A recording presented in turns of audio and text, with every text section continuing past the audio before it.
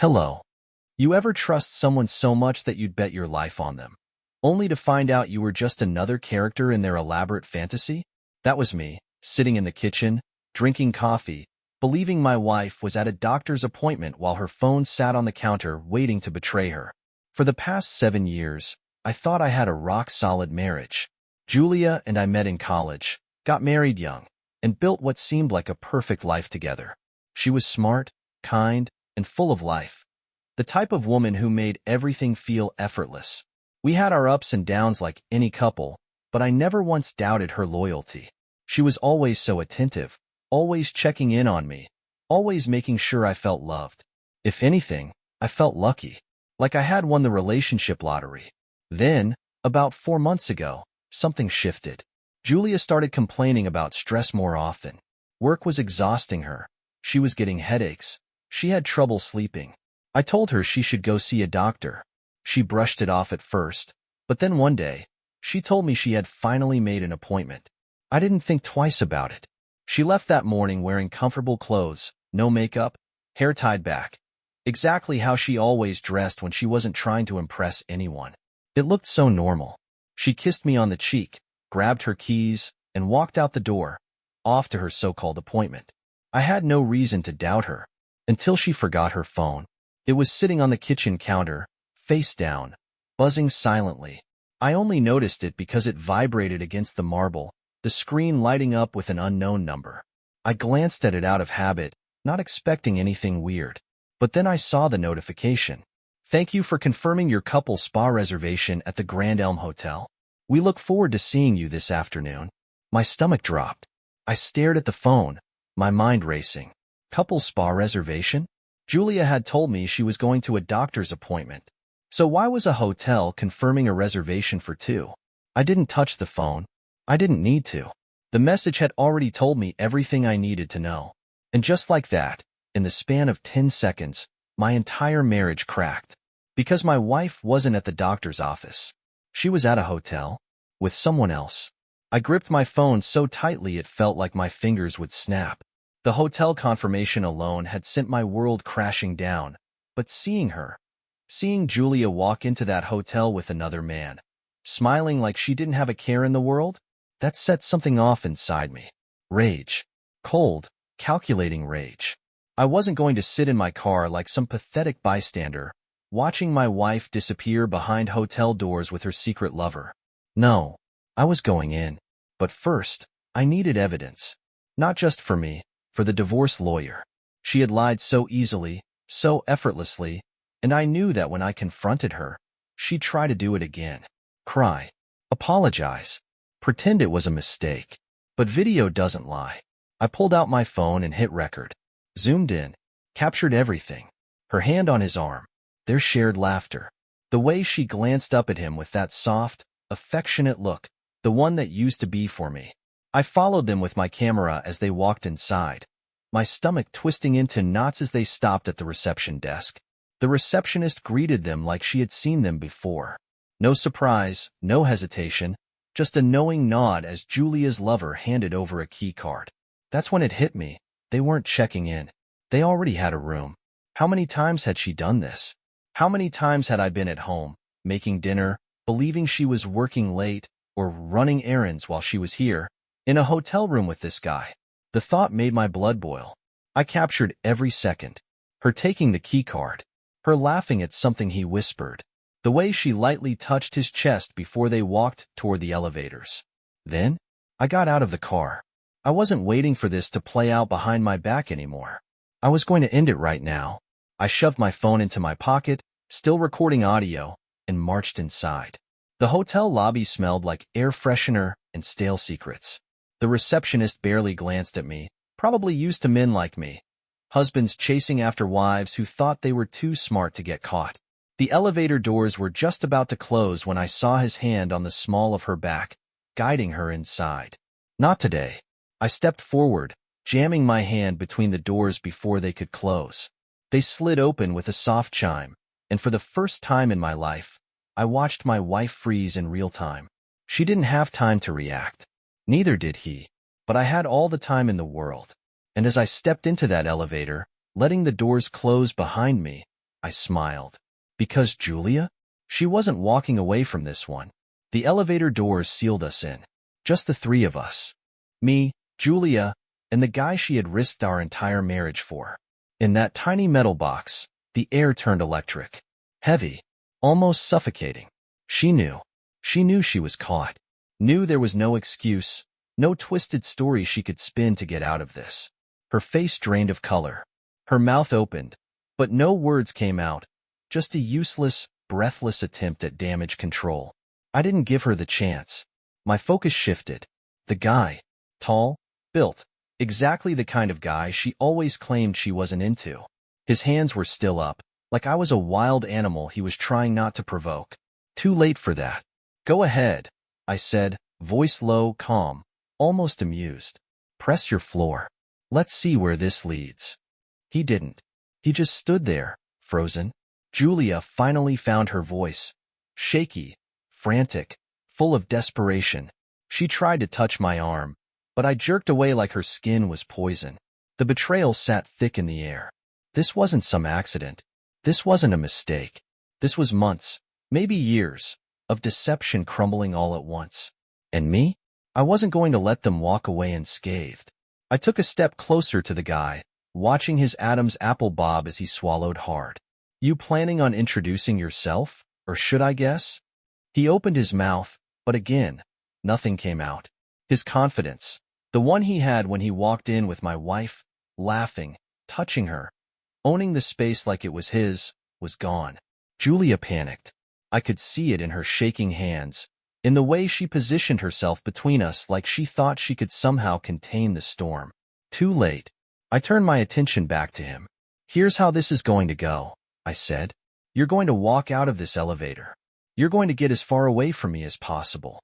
And if you ever contact my wife again, I'll make sure you regret it.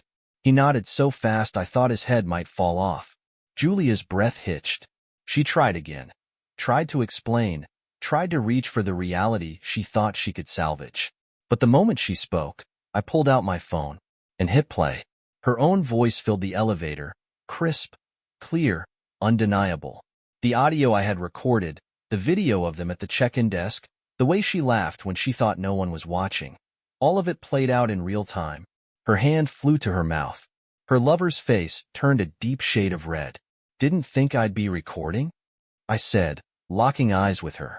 I'm not as clueless as you thought. Silence. The elevator dinged. Doors slid open. I took a step back, giving him one chance. One moment to do the smart thing and walk away. And thankfully for him, he did.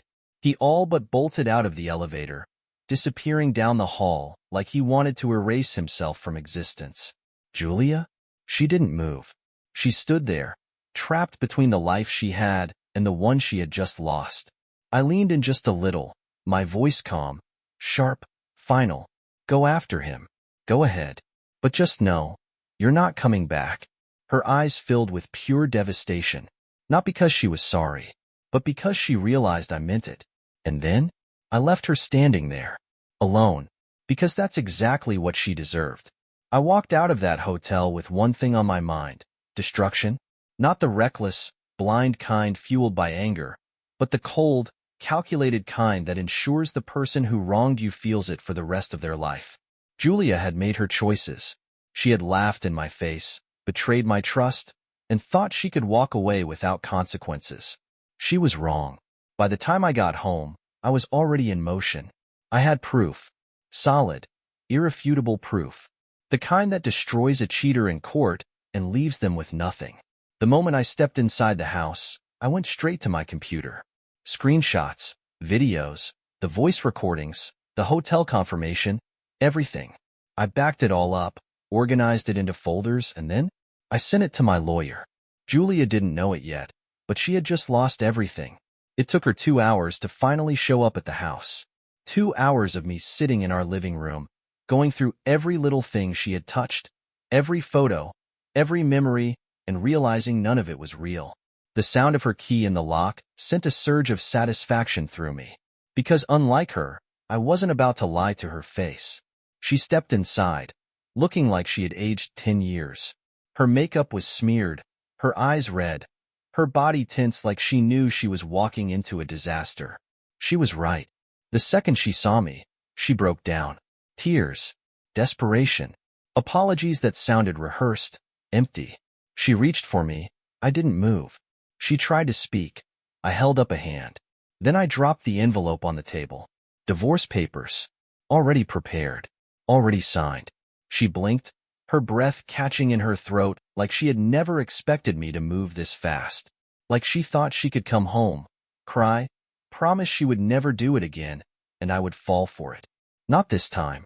She reached for the papers with shaking hands, scanning them like she was hoping to find some loophole, some sign that this wasn't real. But it was.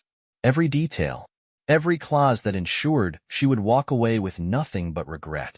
Then her phone buzzed. She flinched. I leaned forward, my voice sharp, emotionless.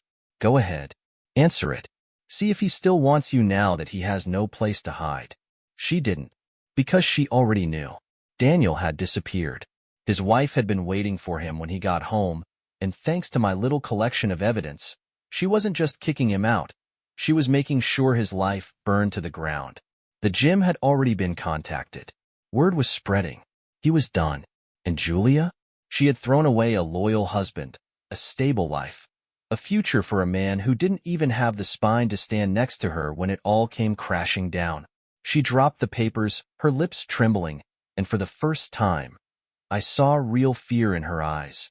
Not fear of losing me, fear of being alone. And that was the only justice I needed. Julia stared at the divorce papers like they were a foreign language. Like she couldn't understand how this was happening so fast. Like she thought she had more time to manipulate the situation, to twist it into something she could control.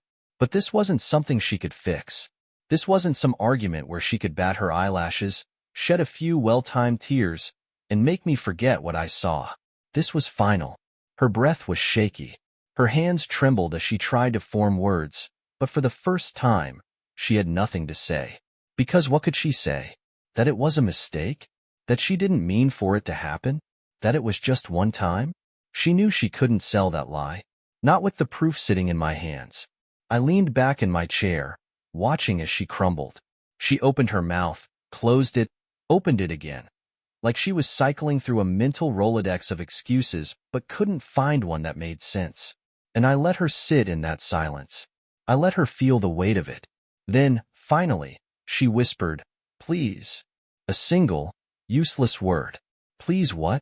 Please pretend I didn't see her wrapped around another man? Please act like she hadn't built a second life behind my back? Please ignore the fact that she had done it all with a smile, convinced I was too blind to ever find out? I didn't say anything. I just reached for my phone, unlocked it, and slid it across the table. The evidence was right there. The video of her at the hotel, the recordings of her laughing, flirting, touching another man like I never existed, the screenshots of their messages. All of it. She hesitated, then tapped the screen with shaky fingers. I watched as her face twisted, her eyes darting across the messages, the images, the proof of her own destruction. Then she choked out, "You recorded me?" That made me laugh. Actually laugh. Like that was the part that offended her. Not the cheating, not the lying, not the complete betrayal, but the fact that I had evidence. Of course I did. I said, my voice calm level. "You think I was going to let you weasel your way out of this?" She paled, because she knew that's exactly what she had planned to do. She had expected to twist the truth, to blame me somehow, to cry and scream and make me the villain in a situation she created. But I had taken that away from her. I had stripped her of every excuse. She reached for my hand, but I pulled away before she could touch me. That hurt her more than anything. I could see it in her eyes, the way her whole body tensed, the way her face crumbled just a little more. I wasn't hers anymore. "You don't have to do this," she whispered, and I almost laughed again because what exactly did she think was going to happen? That I would just forget? That we would pretend she hadn't been sneaking around behind my back, lying to my face every day, making a fool out of me while she played house with another man? I stood up, pushing the chair back slowly, deliberately. "I already did it," I said, nodding toward the divorce papers. "It's done." She looked down at them again, as if they would magically disappear. You can't just throw everything away, she pleaded. That made me pause. Because I wasn't the one who threw everything away. She was. She had taken something good, something we built together, something I gave my whole heart to, and set it on fire just to feel a temporary thrill. I leaned in, just slightly, just enough to make sure she felt every word I was about to say. You threw it away the second you walked into that hotel room. Silence. She didn't argue. Because she couldn't. The weight of reality finally hit her. She wasn't just losing me. She was losing the house, the stability, the security. She was losing the man who had always been there, always put her first, always made sure she was taken care of. And Daniel? He was gone too. That was the part that made me smirk just a little. Because I knew she had checked her phone. I knew she had seen the last messages he sent before he disappeared for good. Daniel, this is too much. I can't do this. My wife is taking everything. I need to fix this mess. Daniel, I can't see you anymore. Daniel, don't contact me again. He had left her behind just as quickly as he had lured her in. Because men like Daniel, they don't stick around when things get messy. They move on, find their next easy thrill, leave a wreck behind them. And Julia? She was the wreck. She started crying then. Real, gut-wrenching sobs. Not because she loved me, not because she wanted to fix what was broken, but because she knew she had lost. I grabbed my keys and walked toward the door, stopping just before stepping outside. I turned back, looking at her one last time. Broken, desperate, clinging to something that was already gone. Then I said the last words she would ever hear from me. You deserve this. And then, I walked out, and for the first time in a long time, I felt free. I didn't look back. Not when I closed the door behind me, not when I stepped into my car, not when I drove away from the house we had once called home. That chapter was over. I had given Julia every chance to be honest, to be faithful, to respect what we built, and she had thrown it away without hesitation. Now, she could sit in the wreckage she created, alone. But her suffering? It was only just beginning. I had made sure of that. The first thing I did was call my lawyer and fast-track everything. The divorce wasn't just in motion. It was a full-blown landslide, and Julia was about to be buried under the weight of her own mistakes. The house? Mine. The bank accounts? Locked down before she could even think about trying to siphon anything. She had been comfortable for too long, believing I would always be the one to take care of everything, to make sure she never had to struggle. Now, she was about to learn what it meant to fend for herself. Within a week, she was served. I heard from mutual friends that she had gone into full meltdown mode. She had expected me to cave, to listen to her pleas, to give her the chance to explain. But I had left zero room for negotiation. Julia called. I didn't answer. She texted. I ignored every single one. She even showed up at my job once, standing outside my office building like a ghost of her former self, eyes swollen, makeup smeared, looking like she had barely slept. But she wasn't my problem anymore. She was just a stranger in a life I no longer wanted. Her last-ditch effort came in the form of a handwritten letter, slipped into my mailbox. I almost tossed it straight into the trash, but curiosity got the best of me. It was pathetic. She wrote about how much she missed me, how much she regretted everything, how she didn't know who she was without me. She wrote about how she had been lost, how she thought the excitement of something new would fix whatever she thought was broken inside her. And then, she wrote the truth. She admitted that Daniel was never the first, that she had been unfaithful before, that there had been other names, other faces, other hotel rooms, that the affair I caught her in was just the latest in a long string of betrayals. I laughed, not because it was funny, but because it was exactly what I expected. Cheaters don't change. They just get better at hiding it. She ended the letter with a desperate plea. If you ever loved me at all, please don't leave me like this. Like this? Like the way she left me every time she snuck into someone else's bed? I folded the letter, placed it back in the envelope, and calmly dropped it into the shredder. Julia had made her choices. Now, she had to live with them. And me? I was finally free. Bye-bye.